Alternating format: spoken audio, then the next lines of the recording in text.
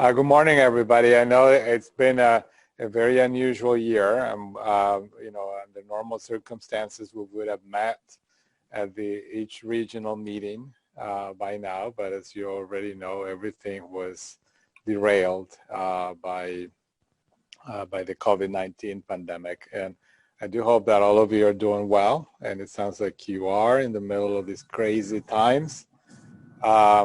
There's nothing we can do but so to keep taking care of our patients and doing the best we can. I know some of you, like Danilo, for instance, are still dealing with the heavy surge, and Mary Kay in California. Some of us have sort of gone through the peak, and but obviously still concerned about whether a second surge is on the horizon. So I think that's all concerning for all of us. And obviously this is my last meeting with you as the chair of the section. And but you have Mary Kay who is taking over today. And I think she doesn't need introduction. You all know Mary Kay. And I think you'll have a wonderful time with her, and hopefully it'll be a lot better and a lot easier, but we'll have to see how things go. But I'm always available, and I know I've attended the regional meetings in several occasions, but but we're all here to support you. So I think with that, I'll pass the baton to Mary Kay before everybody gets the chance to speak and give an update, so that to bring Mary Kay up to speed. Oh, hi, Javier. Hi, Javier. So welcome, everyone. Thank you for taking the time to have this virtual get-together. I echo Jose's comments. It's been such a strange 6 months. And I look forward to this year because this is an opportunity to travel to the different regions and to be able to meet people and have the conferences in person, but all that sort of didn't happen. And we don't really know what's going to happen in the next year. But hopefully we'll be able to share the plans for the coming year as far as the tentative plans. And anything that I can do, Sharon and Tissy, Jose, he still will be around. He's not leaving. I have him on speed dial. Anything we can do to support you in the regions, we're here for you. So welcome, and I'm very excited to learn about what's been happening, because I don't know much about the global section except for the few meetings I've been to. So welcome. Great. Thanks, Mary Kay. So Masao, you want to start with your chapter? Okay, so I'd like to report from the Asia and Oceania regional chapter. And because there are so many countries here in this region, therefore I may speak a little bit rapidly. First of all, you know that the dawning of the neurocritical care was triggered by the poliomyelitis pandemic. Therefore, I think that this time the coronavirus pandemic would be kind of likewise. It can create breakthrough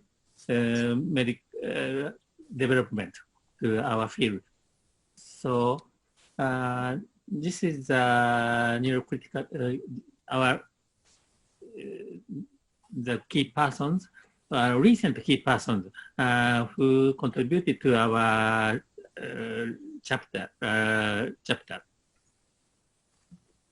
And first of all, this chapter was the Korea became the first NCS global partner, and these are key persons. And this a little bit before the NCS, in the NCS currents, Dr. Jen Ho Hong contributed this manuscript. And you know that Korea is one of the very successful case of reaction to the COVID-19. And also in Korea is very well developed in terms of neurocritical care. And this is the Journal of Clinical Neurology editorial staffs. And also this is the Journal of Neurointensive Care. Both of them are from Korea. And in the next Japan, Japan is like this, and we in Japan that we the Japan Society of the Neuro Emergencies and Critical Care, and also the Japan Resuscitation Council are the two key organizations for this neurocritical care purpose. And this is the biggest Japanese society on neurology, member about 9,500, and it was held a little bit before, and thanks to Dr. Jose and Saif, we reported the neurological manifestations of critical COVID-19 and the role of neuro-ICU. And first I reported the neurological reviewed the neurological manifestations, and I think that I insisted that the neurological manifestation is not the complication, but the main symptoms of the COVID-19. And this is from the Lancet Neurology, and this is just about the pathophysiology or some kind of hypothesis about that. So this is from Jose about the ICU strategies during the COVID-19 pandemic, US perspectives.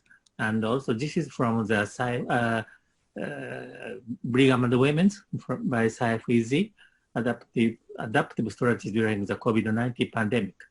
These two report from the United States was very impressive to Japanese attendees. Next to Korea, from Korea, next to Korea and Japan, the Nepal was the third earliest global partner of NCS, and he is the key person, Gentle Shrestha, and doing very good jobs, especially in educational aspect, and also the ultrasound. India is also very, very active, and there are 3 global partner societies, but they are not so basically related and independently doing very good jobs. So I'm now, we are now trying to harmonize them.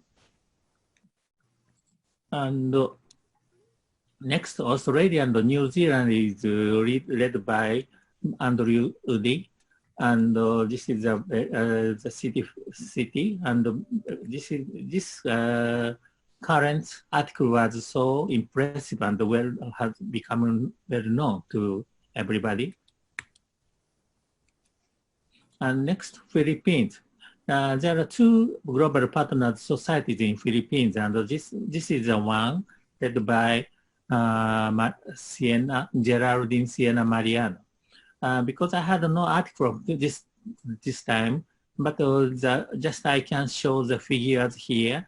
They are very friendly, doing very good jobs. And also the other group is Brain Rescue, led by Joanne Solven.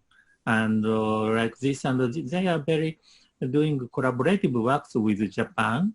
And this is one of the representative collaboration of workshop, like this. Next, but this is, you know that every country is like this, and very, due to the personal protective equipment, such a kind of face has become like this. And next, this is Singapore. It's led by Jansen, and also he contributed to currents.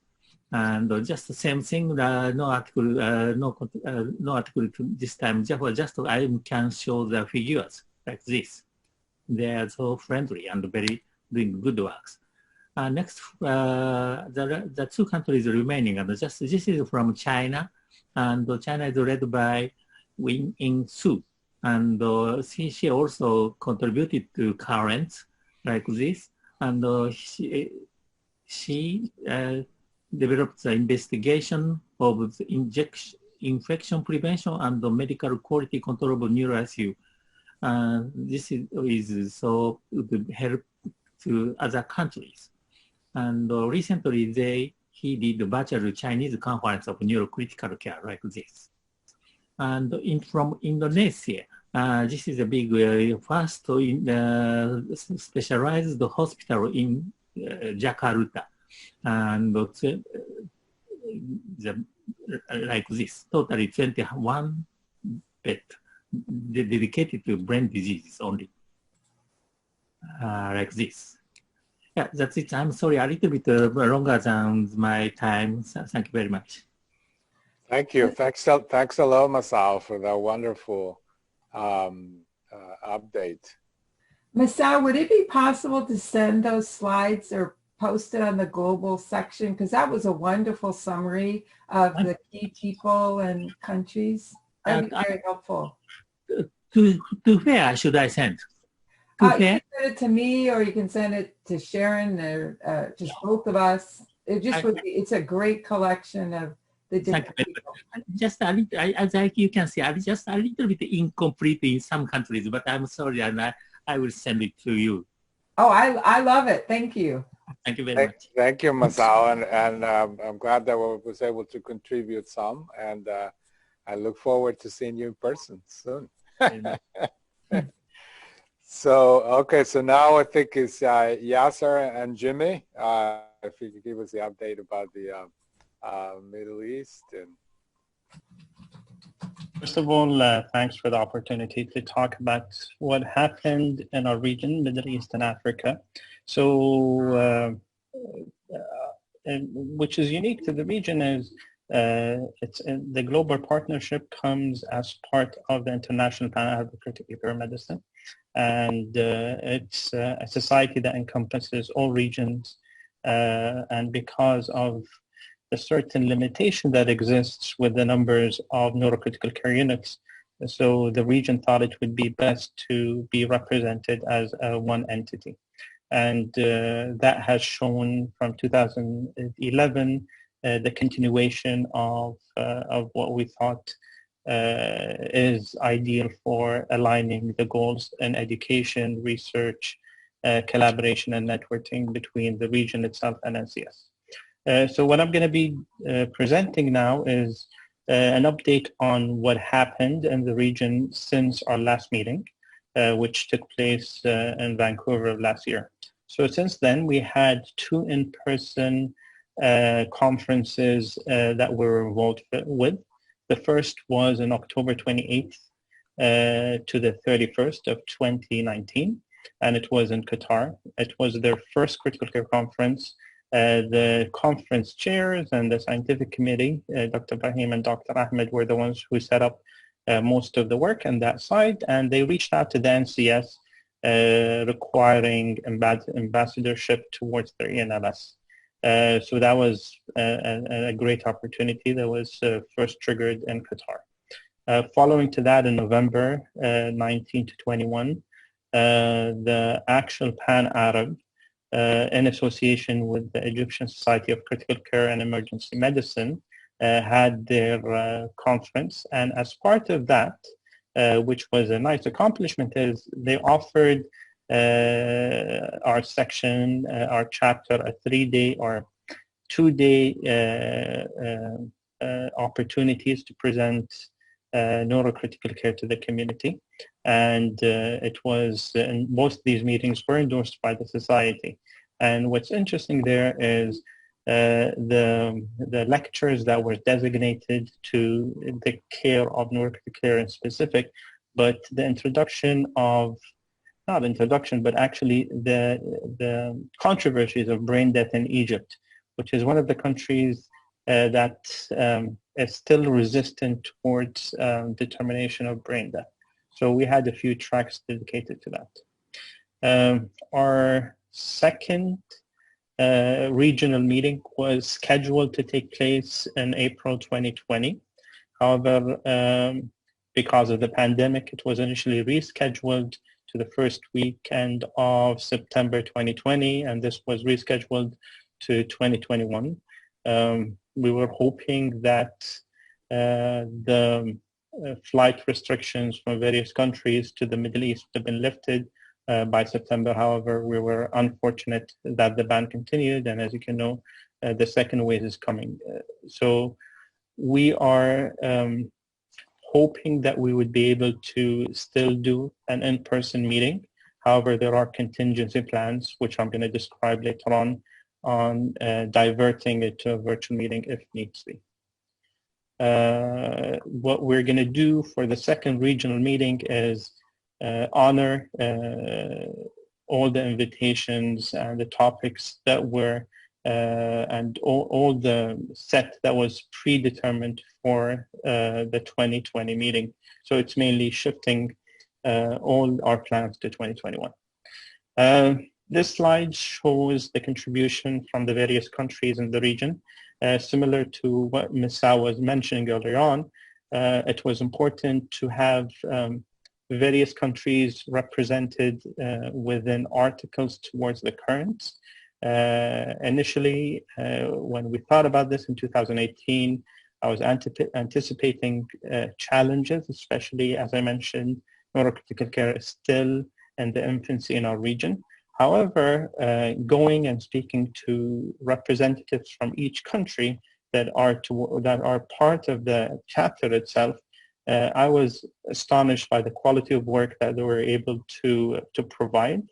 As you can see, usually we're getting around 3 to 4 articles per year, each from a different country. And there has been one that was submitted from the UAE by Jimmy, who is part of this meeting here. There was one from Iraq, Saudi Arabia. There was one from Kuwait, Egypt, Jordan, and Qatar. And what was interesting was to see the perspective of COVID with Lebanon. However, as you've heard, that there was recently some tragic accident there. So I've reached out to the potential authors saying that it would be nice to see the effect of TBI after that after the incidents from a month ago. So that's an article to await. Next slide, please. Okay, so as we moved away from the in-person meeting, which was supposed to be the second regional meeting in 2020, the ECC and the Pan-Arab thought of actually introducing a series of hybrid meetings, webinars. They're going to actually, the thought of now is to have both face-to-face from the team in Dubai and introduce to it the virtual component, similar to what the society was thinking previous to the NCS society was thinking previous to switching to the virtual meeting, 100% virtual. So this is still in the planning phase now. The logistics has been sorted out. The first date, hopefully, is the 14th. There's going to be a second of that series 2 weeks later, so 28th of November. And the third, which is planned now, is the 12th of December.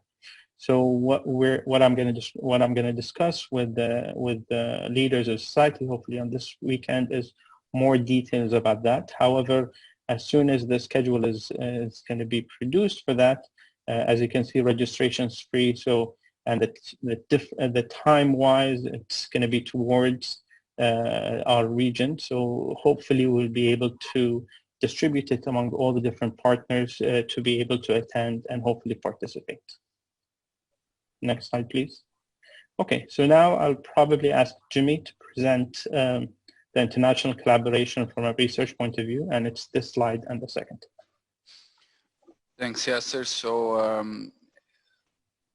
essentially what we have is for the past many years done some work, collaborative work with mainly our European counterparts. They're all initiated by them and one of my colleagues, and then we partake in some of their projects. So essentially it started with Impressed, third point over there. Impressed is it's an ongoing international prospective trial, trying to assess the sensitivity and specificity of TCD measurement of ICP versus the standard of care, which is the EVD or intracranial monitors.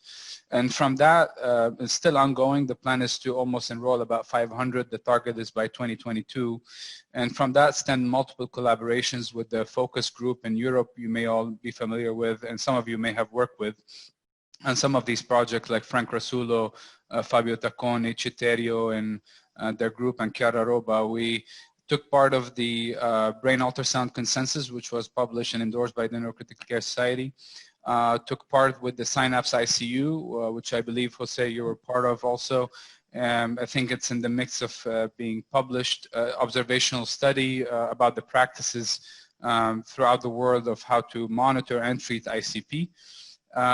TRAIN, we've been trying to take part of since the European Society took part in Paris in 2018. I've been having, it's one of the challenges on this side of the world is, the legal agreements and some of the terms between the EU and us didn't see eye to eye, and obviously also with insurances, but now it's hopefully getting settled. We're eager to take part of it. It's transfusion related. It's essentially transfusion threshold for subarachnoid hemorrhage is 7 versus 9. And most importantly, also we have a strong collaboration in the Cleveland Clinic in Abu Dhabi with the main campus. We have ongoing project, retrospective project for hypertonic saline, which we hopefully soon will be publishing. And then also on academic level, we every Thursday, I think Javier knows about this conference. We remote in. It's a CME accredited conference.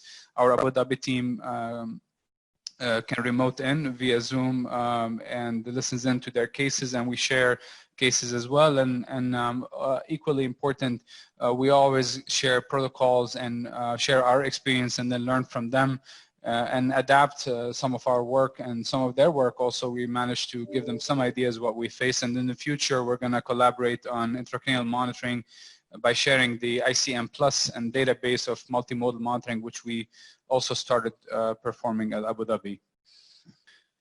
And I think there are a couple of publications which we're going to probably, of course, be mentioning next week in the society meeting, and to the consensus and the statement about resource utilization, which I'll be touching upon in my talk, facing this pandemic, and another one recently published, the great collaborative work. I know Jean Sung has been in this group, been putting, I think, over a year plus to release the World Brain Death Project, which really serves as a guideline and resource for a lot of practitioners. And I can tell you, this is, as Yasser mentioned, in Egypt, not only in the UAE, although we've had it and we're declaring and we're doing transplants, but the culture change and the knowledge and the awareness of the brain death and that declaration of death by neurologic criteria is quite important. And this work will go a long way for this region in particular.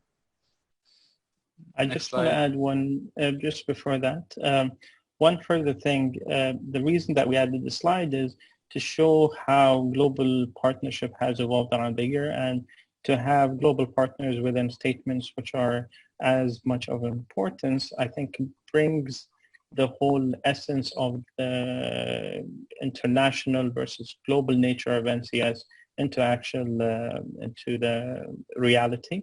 And I think after listening to the Curing Coma campaign a week ago, I think this can only flourish, and that's what we hope. And it's not just acknowledgement, but actually part of contributing, and authorship will be important to emphasize the globalized nature of NCS.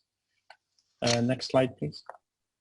Of course, this could have never happened unless there was true partnership, and I think the past year has been a clear evidence of that. So thanks.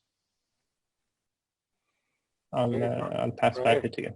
Yeah, thank you, Yasser and Jimmy, for presenting that that information. Obviously, you're doing a lot of work as well, and We really appreciate it. This is really refreshing and exciting for all of us, to watch all this, how everybody is working really hard. And I think we have Jem and Joanne. They also joined us from the Philippines. Thank you very much. And I know it's the time difference is a little tricky, but okay, Danilo, you're next. Well, here's a brief presentation about the activities of the chapter of the little chapter of South America. We have 4 global partners. There are Colombia, Chile, Argentina, and Brazil.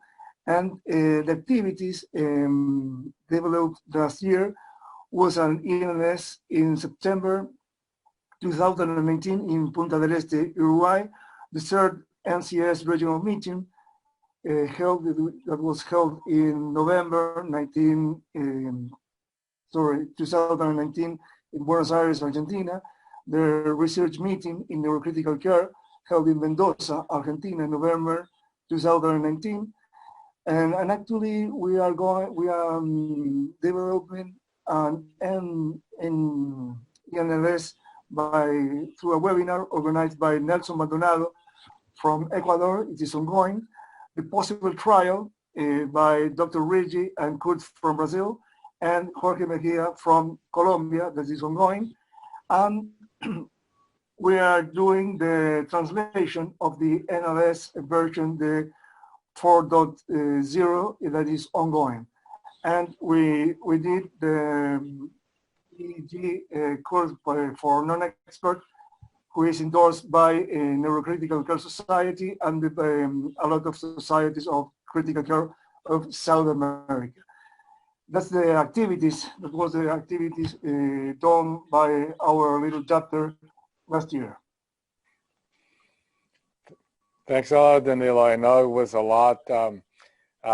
This was very difficult, especially for the South Americans, and they I think you guys did everything that was supposed to have been done early on, only to be hit after the it started reopening with a tremendous surge from COVID-19 that you're still dealing with at the moment. So thank you very much for doing all this work. And I just realized that I still owe you my translations, right, for the ENLS.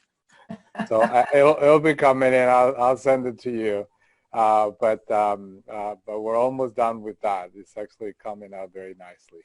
I know we wanted to have also the North Americans, represented by Jeff and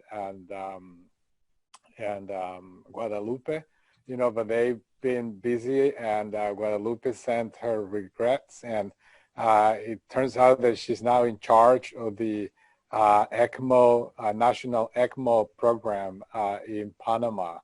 And right now they have 6 ECMO patients that she's taking care of at the moment. So she said that she was not able to join. So obviously she's doing also a tremendous amount of work. And so is Jeff also, in Canada, and keeping everybody going. And I'm sorry they couldn't join. I would also like to have maybe Hal and Yasser, if you could give an update about the what's going to happen next week, with regards to the presentations at the annual meeting and the international program. Well, so I'm organizing the global health. So we split the international sessions, one into global health and the second one into international sessions per se. There's a bit of overlap in both. We stayed away a little bit from including COVID. So we had already, so we have 5 speakers, one from India, is a neurologist who actually trained at Mayo with Elcovidics, Bobby Varki. He's one of the authors on the 4SCORE. Kiran Thakur's a neurologist at Columbia, who's a consultant for the WHO. So Bobby's actually going to describe a year ago, we tried to rush him into the meeting last year, about stopping an epidemic at patient zero. And they had an outbreak of Nipah virus about a year ago, and they very rapidly diagnosed the first patient and contact traced over 500 to 1,000 people, and were able to completely control the spread of Nipah virus encephalitis, which has a mortality of more than 50%. So he's going to do the first talk basically of how to stop an epidemic at patient zero. Kiran's going to talk about, she's been involved about a consultative project they've done about mapping neurological and neurosurgical resources across the world in collaboration with the WHO. So what the resources are, with more of a focus to low middle income countries. Tariq Khan, third speaker, is a neurosurgeon, and they designed with Key Park at MGH, and I was involved peripherally for the critical care part about what the fundamental structure should be. So it's called the Peshawar Declaration in collaboration WFNS and WHO, and what the basic structure of a neurotrauma system should be like in low middle income countries. And so he's going to talk on what that should look like. I'll talk about the role of neurocritical care in resource restricted, in global neurotrauma, and talk a little bit about our Tanzania experience. And finally, we'll have Walter Bidetta is going to talk about, translating outcomes, defining outcomes in context related more with the Latin American experience. So that's going to be more of a global health, international flavor. We have a mix of people from different continents talking about things with a little bit of slides towards resource restricted settings. Thanks, Al. I'll talk about the session that I'm leading too. So most of it was actually brainstormed before the COVID. However, we had to adapt towards our situation, especially as we are facing, and different countries of the world are facing a new wave, which is our continuation of the first.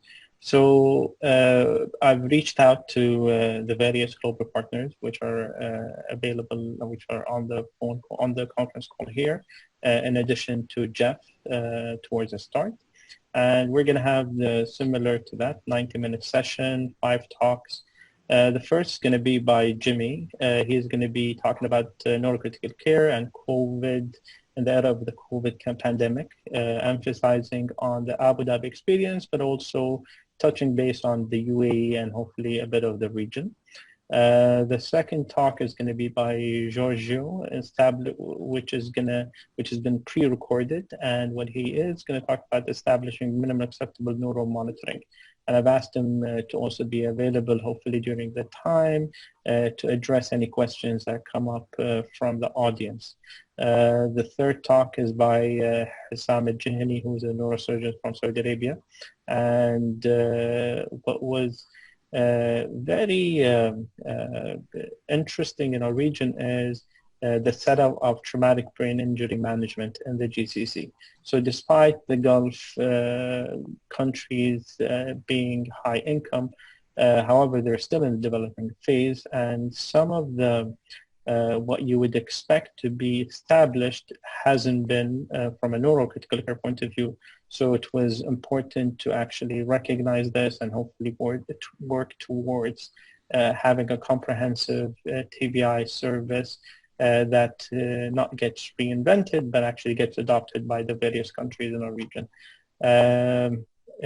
From Singapore, we're going to have a talk about developing neurocritical care and how Singapore has adapted its services in the face of pandemic. So you get a COVID talk from Abu Dhabi and a talk from Singapore.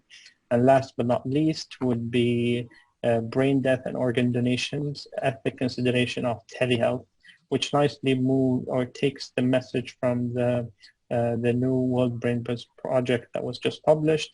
And Amy Parith is going to describe in detail how probably brain death can be incorporated, or telemedicine can be incorporated towards the part of declaring brain death. So I'm extremely excited about this. I hope you guys all can join that meeting. I think the more representation that we have from the various global partners is important here. And of course, all sessions are important, but being virtual, I think it's a great opportunity to get involved and especially ask questions that are usually not asked in in-person meetings. So I'm excited about that for sure. Yeah. Thank you, Hal and Yasser, for giving the summary. Yeah, I think it's important that we all attend those sessions. I think they've been very important, and they've always been very interesting. And as you recall, we've done that in the other meetings, and we've done sessions in Japanese, sessions in Spanish, and even we had also people speaking in Portuguese. I mean, we tried to sort of make sure that everybody had a voice, and if you could say it in your own language, then that's even better. You can express yourselves a lot better. And obviously, I think the goal will be to continue doing this. If the entire section, feels that we should continue, then that's why we always have representatives. And I think Yasser, obviously, and Hal are in the annual meeting committee. But those are things that you may want to send it to them. And now with the virtual, we don't know what's going to happen next year, but hopefully we'll have an in-person meeting so we can see everyone again. But that's sort of the idea, is just to share with the rest of the world, what everybody's doing in their regions.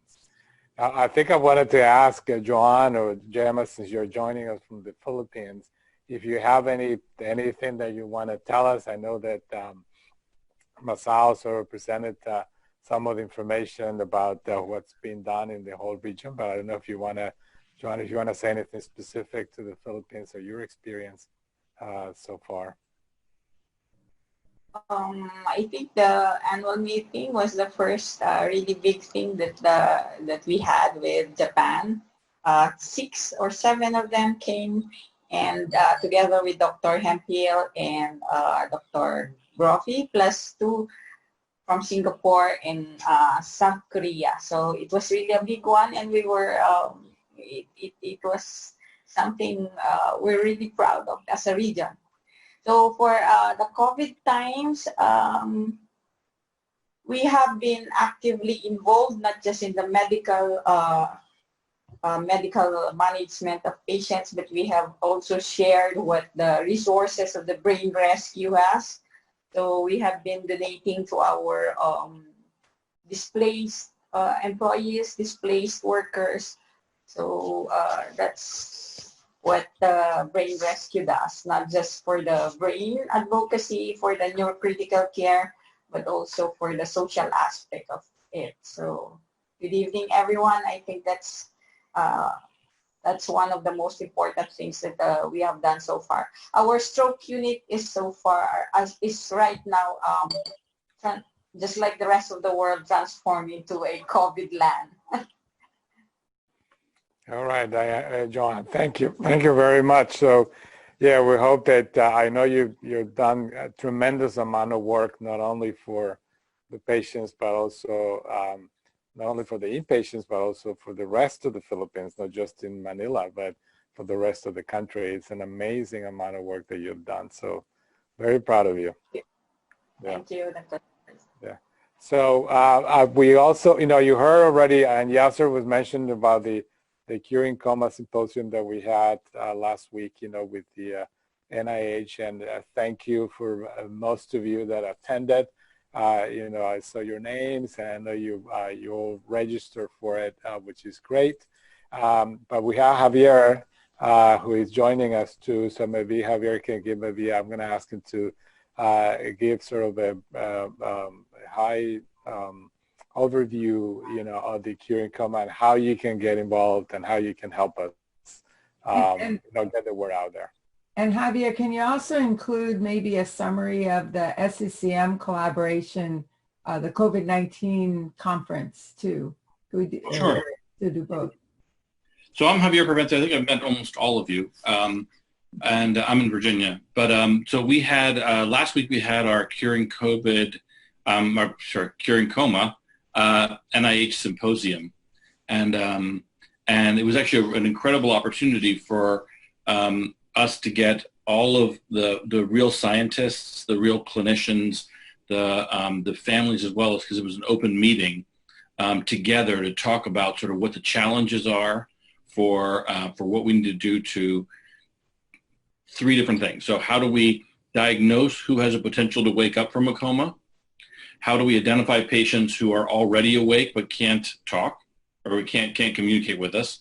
And more importantly, how do we develop therapeutics to move people from a state of disordered consciousness back to normal, either who wouldn't otherwise do it or who wouldn't, or who do it, or who would take longer to emerge. So could we shorten that timeline? We had scientists from the rehab and chronic disorders of consciousness setting, as well as the folks from the NICU world or the neurocritical care world. And I think that was it was actually a really good time to sort of show everything that the field has gone, and to actually tie in areas where the people who do disorders of consciousness research a year and 2 years later, the commonalities they have that with the research that we're starting to do in the neuro ICU right now. The hope obviously was to get the NIH to be interested in funding this sort of research, with the hopes that the other funding organizations in the world will take the lead from the NIH, and then we'll have more money to study this. But I think that the meeting itself did a really good job of outlining where the challenges are, what new technologies we need to develop, and how we need to move forward in order to get to really get at this. And I think that there are 2 bits of this that everybody can participate in right now. There's a survey online at the Curing Coma website, which is curingcoma.org, that basically is trying to get an idea of how we treat disorder of consciousness patients in the ICU, that Raymond Helbach is actually leading. It's a great endeavor. And then we are planning a kickoff for basically the entire world effort to cure coma with World Coma Day, which is now March 21st. Is that what I'm saying? Yes, that's correct. And that's going to be in part a public relations thing to everybody realize that curing coma is an attainable goal. It's also going to be in part a launch for a bigger study, trying kind of like the Prince study did beforehand, looking at what neurocritical care looked like in the world. The plan is to try to do a point prevalence study of what coma looks like in the world, and what are the causes, what are the emergence, and it's going to be sort of the same structure that we had for the Prince trial. I think we're going to follow patients, so that'll be the launch for that piece of it.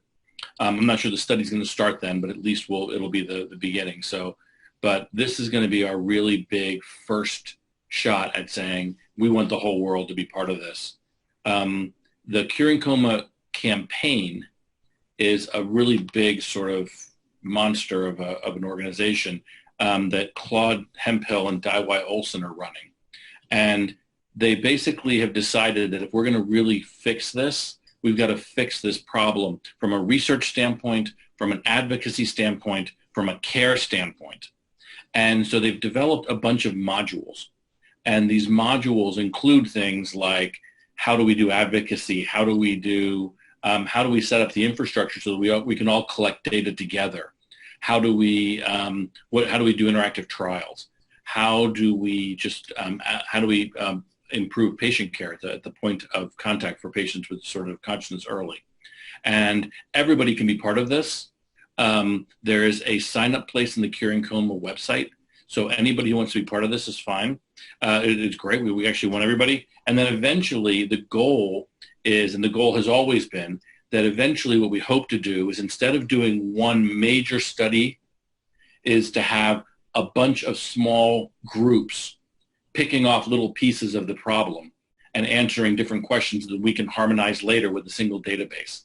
So the idea will be that maybe a group of hospitals in your area can get together and say, we're going to study how pupillometry works in curing coma and whether it predicts emergence. We're going to study what EEG does. We're going to study what basic nursing care does. And we're going to try to get groups of interested collaborators to do small studies quickly that then we'll add to the data, and then we'll continue to roll that way by adding information and adding little bits of data from smaller groups that work together. So that's always been the model that we've wanted to do. And I think there's some great opportunities, especially in the international front, because you guys actually already work together better than a lot of places in the United States do. And I think that it'd be really easy for you guys to set up some of these studies and then just finish them, get the data done, get the information in, publish a paper, which you guys would publish as part of the Curing Coma campaign. It adds to the literature, and then we figure out what the next study is. And we just keep on rolling studies out that way. But we see this as a way of doing really good research fast. So that's the Curing Coma campaign. I think it was a really big, successful thing. Hopefully we're going to keep on going. It's a really interactive, it's a great group of people. I've got to meet a bunch of scientists from all over the world who I've never met before. And the research that's going on is just absolutely fascinating from top to bottom. And so anybody who wants to participate in this, I think it's a great way for especially younger people who don't already have research tracks set up, that they could actually jump into this group, do reasonable studies that are easy and pragmatic, and move the field forward, and then be part of a group that keeps on figuring out where we're going to go. So encourage your younger folks or people who haven't yet sort of decided that they want to do one particular type of research. It might be a good avenue for people. The other thing that we did through the NCS, which was the day after actually, the NIH symposium, is that we were approached by the Society of Critical Care Medicine. They were very interested, and they're very interested in being the leaders of COVID response in the ICU. And they came up with this really intriguing idea that they asked 13 organizations, largely based in the United States, but some Canadian, to each give representatives to a planning committee to try to figure out, to have a symposium that basically addresses what have we learned with the COVID pandemic so far, and how can we implement that for the second wave that comes through. The meeting itself was interesting, and I think there's going to be opportunities in October for anybody who didn't actually go to the actual meeting to be able to sign up and to see everything. I'm not even sure if there's going to be a cost for it eventually. The keynote speakers were interesting. Dr. Tony Fauci, who is the head of the NIH Allergy and Immunology section, who's been a big voice in the United States for the COVID response and how to respond to it, was a keynote speaker the first day. The second day was a less known person, the person who in the United States is charged with testing and how we ramp up testing for the virus. And those keynote speakers were interesting. Dr. Fauci's talk was excellent. And then it was a bunch of 20-minute sessions, 54 of them in total, that dealt with everything from how do you prone people, how do you develop non-traditional ICUs into COVID ICUs. We did 4 sessions from the Neurocritical Care Society, one on the neurologic complications in COVID, one on stroke particularly, one on how we can study this disease, particularly the neurologic manifestations, and the third one is how our international collaborations have helped inform us on how to treat patients with neurologic complications after COVID. So those talks were excellent, and they were very well received. And then, but it was a really fascinating conference, and I think it went over pretty well. And the hope is that where the rest of the world might get a second wave, we're just going to keep our first wave rolling, it seems. So I think we're going to have to figure out how to treat this.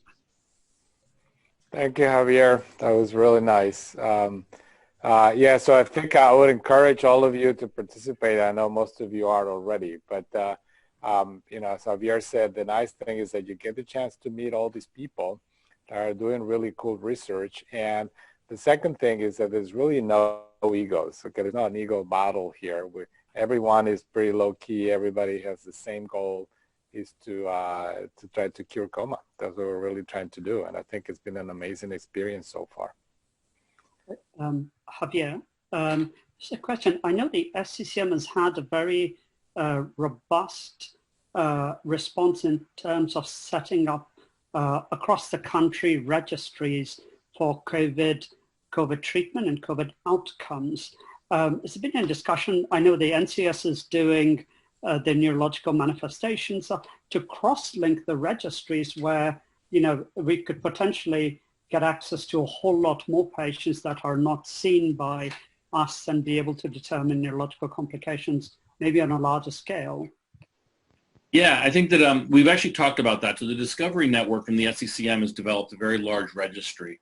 And I know they reached out to Sherry Chow and Molly McNett, who are the two who did the curing coma, the neuro-COVID registry.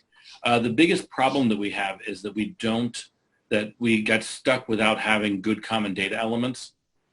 So without having common data elements, it's hard to synchronize the data. Now, what the neuro-COVID group did, because the neuro-COVID group, we think of it as an NCS endeavor, but it's really actually a bunch of groups that have come together. So the European Society, that actually has been mainly run again by Raymond Helbach, and the American, the NCS sort of based group, has also included the two South American groups, LABIC and Promise, I think, as well as some other groups. So we've actually been able to put all these things together, and we've been harmonizing our common data elements. And doing that has been extremely helpful. In fact, the World Health Organization's helped us with that. So they got all the interested parties together to do that. So we are harmonizing our data really well. The Discovery Network was mainly done out of the Mayo Clinic, and we were part of the discussions early. I was part of those discussions early through the Discovery Network. They've had a harder time harmonizing their data. So I'm not sure how their database is going to come out. But at least for neurologic elements, they haven't been very good. They have offered basically, once we have our common data elements done, to incorporate those into their stuff. And then hopefully we'll be able to harmonize it in the back end. Okay. Well, just probably reduce a whole lot of IRBs and so on, if the registries are fused. And the other place where we've had a lot of luck, actually, with the real big coup for this neuro-COVID thing is that we have developed an incredibly robust pediatric neuro-COVID group. That group has been absolutely stellar, that they've developed a really good working relationship with a lot of international organizations. They've got their data elements they're developing as well that are a little bit different. And they're taking the lead for the whole pediatrics critical care group in the world. And I think that it's going to be the structure that the medical pediatrics folks use. So, and again, for the pediatric population, there isn't as much critical care as there is in other places, but I think that they've been a real star in all this. So again, I think that they're going to have data elements to harmonize as well. And that's going to work really well on the back end. But they're a group that's been run mainly by three pediatric intensivists from Pittsburgh and Hopkins, and Erica. God, I forgot all the names. Erica Fien and Courtney Robertson. Courtney Robertson, thank you. Yep. And they've done just incredible work developing pediatric stuff, and I think that that's going to be really interesting as well. So I got to tell you, that collaboration has been awesome. And again, what Jose said about the Curing Coma campaign, there is no ego in there. They work really hard. They all work collaboratively, and they just want data. I think it's really wonderful. It's amazing. Thank you.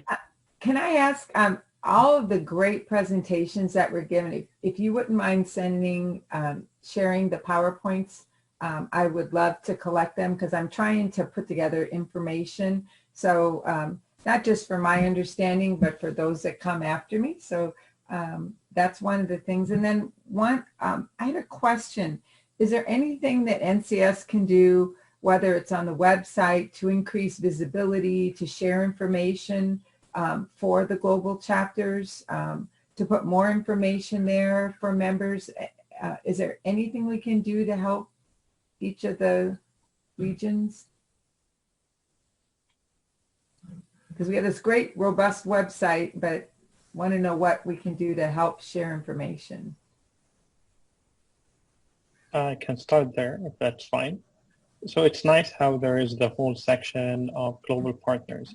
However, what I've realized over time is a lot of the information that goes into the website just gets, I don't want to say lost, but it's not easily found later on.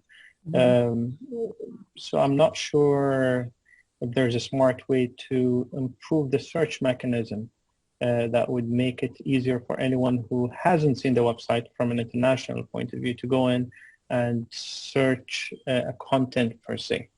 I know it's a big question that I'm asking, but that's the feedback that I've been getting, especially when I try to either email or share the website with others. They tell me sometimes it's not easy to find where things are per se. So it's very general what I'm saying. So under the communities where there's a global members, there's global leadership, I think, global section. Sharon, I believe is that only available to members so that the other individuals, can they access it, or is it just members? Sections should be available to everyone. I just think they need to have a log on. Tissy, check me on that. Is that correct? The sections are available to members only. Oh, members only. Members only. Okay. So Yasser, if they're not a member. Yeah, maybe that's it. Yeah. Okay. But even within that section, like if you go to community and there's the section, we can set up, I think the Middle East, I think there is one section that's pretty good, but I know that there's 4 names there, and there's a library where you can house key pieces of information to share within. So maybe just a quick 1, 2, 3, 4, this is where you go. Go to communities, go to global section, go to this chapter, and then there's a library that's been built so you can store information there or share information there, if that would be helpful. I think we'll just need to see, and I don't know if it's possible, but we can certainly check, Yasser, to see if there's a way to allow access to sections from the chapters without being a member. I know that's not the way we set it up, but we can certainly look into it to make it easier, because I hear you on folks wanting access and it being difficult, but just let us look into it. And then we can just follow up with you later. Can I have a suggestion? So, I mean, do we know how much international traffic goes through our website? Can we get those metrics? Because that would be actually fascinating. And then the other I can check to see if that's something that you can track through Google Analytics. That's what we use to track our website traffic. Because the other piece of this that might be interesting is when on the landing page, when you get on before you log on, it might be interesting to, we have all these PowerPoint presentations now, as well as we can put other information in there. Should we just have a section on the landing page that is, neurocritical care around the world, and sort of have the sections and have them describe what the sections are and that's not to give them people who aren't part of our society access. That's to show people what we're doing so that they can join and then get access. Mm-hmm. Which might be, if we're going to be an international organization, there should be something on the front page that says, this is who we are all over the world. And it'll be easy to do. And you guys could actually do all the work. So we can take that back and look at how we can, what we can do with our website to make those changes. Some changes are easily made and some of them are design changes. Let us go back and see what we can do, because I think that's a great point. But I don't want to commit here until we can see sort of how we can get that done, and we can just follow up at the next meeting. Okay. I wasn't asking for commitments. I was just no. What I was saying at the top of my head. No. Those are great ideas. Yeah, definitely. So I don't want to dispel it, Javier. I want to just look into it to see if we can do it. That's what I mean. Fair enough. Hal, I think you wanted to say something. Hal, no? Not much. No. Okay, sorry. Okay, so I think we're at the top of the hour. So I really, really, really appreciate everybody's effort to be here and join. Obviously, it would have been nicer to be in person and give all of you a hug and all this stuff, but virtual hug for everybody. So thank you very much, and keep up the good work. Okay, so I think this has been tremendous, and I know next year with Mary Kay you're going to continue working hard, and I'm always around. So Mary Kay knows that. So Thank you, Jose. Okay, great. So see you again next week, right, for the meeting. That's right. Okay. See ya. Thank you, everybody. Bye-bye. But